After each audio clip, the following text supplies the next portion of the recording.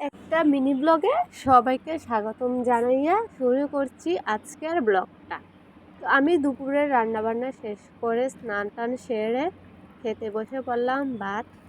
তো আমি কি রান্না করলাম এতে তোমাদের সাথে শেয়ার করব। ব্লগটা সবটা দেখলে সব কিছু বুঝতে পারবে।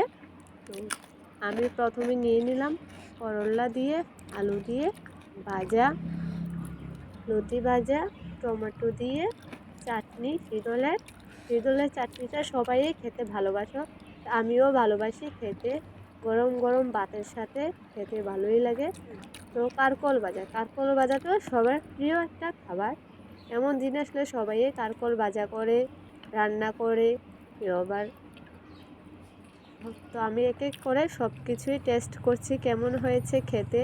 সব কিছু ভালোই হয়েছে, সাথে লেবু থাকলে তো আর কিছু লাগে না, খেতে জাস্ট অসাধারণ হয়েছে রান্না।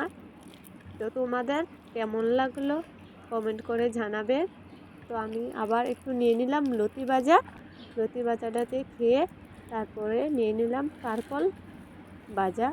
গরম ভাতের সাথে ভাজাটি হলে